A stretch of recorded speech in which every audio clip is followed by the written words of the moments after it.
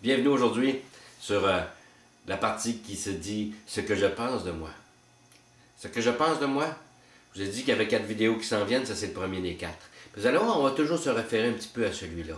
Parce que ce qui est important ici, c'est de savoir ce que vous pensez de vous. C'est-tu important? Non.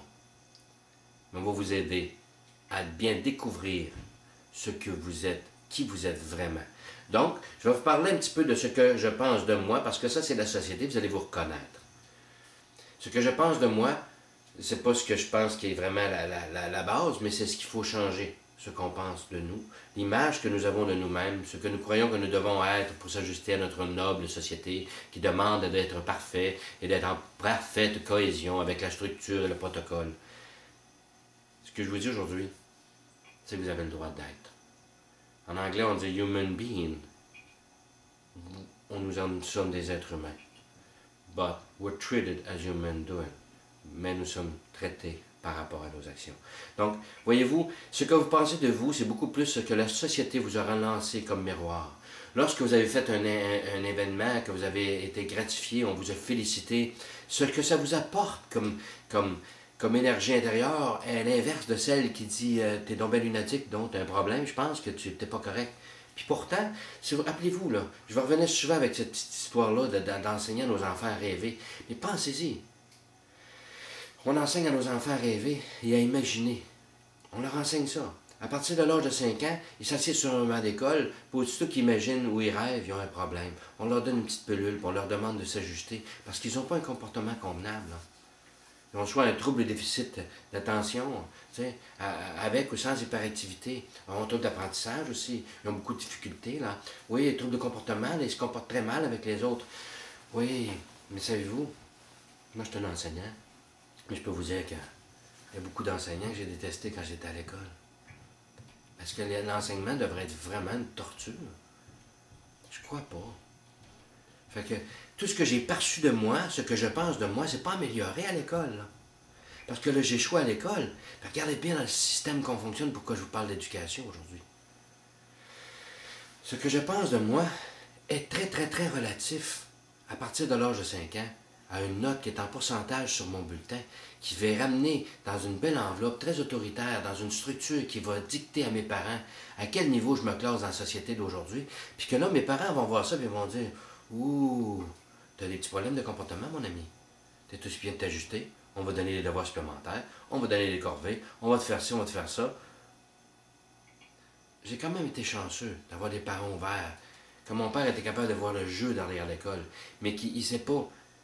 Il ne s'est juste pas attaqué à l'école. Mais à chaque situation, à chaque cause, il a mis son grain de sel. Jusqu'au moment où j'ai échoué à mon 2e secondaire 4 puis que j'ai été expulsé de l'école.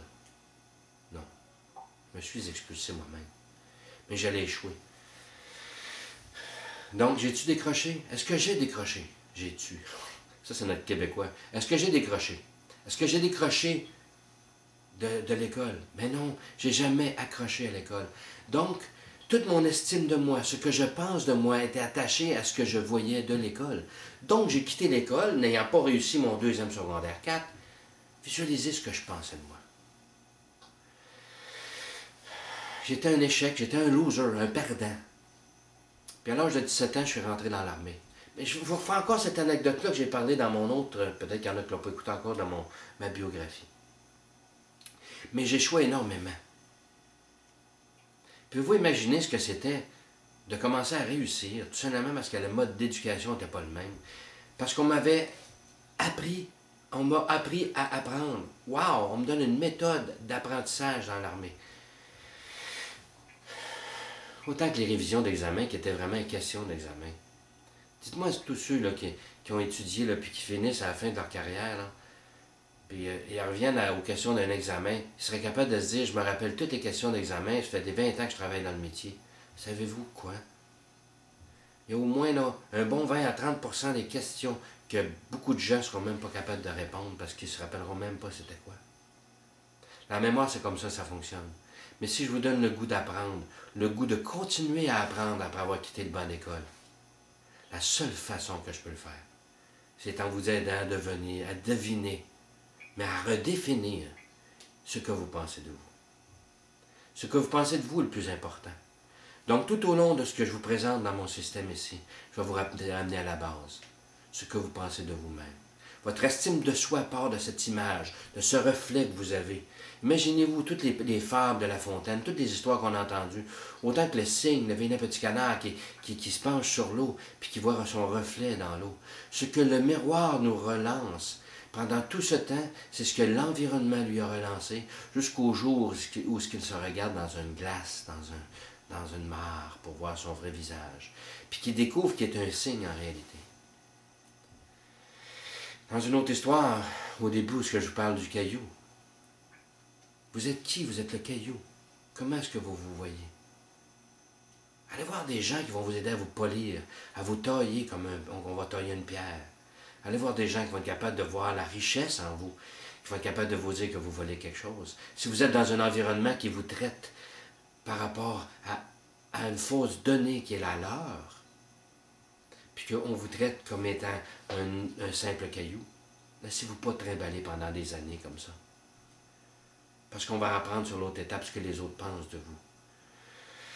Vous allez voir que ce que vous pensez de vous en premier, vous pouvez changer l'aspect qui peut tromper celui qui va vous piétiner, puis qui va se mettre à vous respecter. Mais pour ça, il faut que vous sachiez ce que vous valez. On va commencer par le début, par se découvrir soi-même, apprendre à se comprendre, apprendre à se respecter soi-même. Donc, bienvenue dans toutes mes formations et amusez-vous sur mon blog et laissez-moi des commentaires.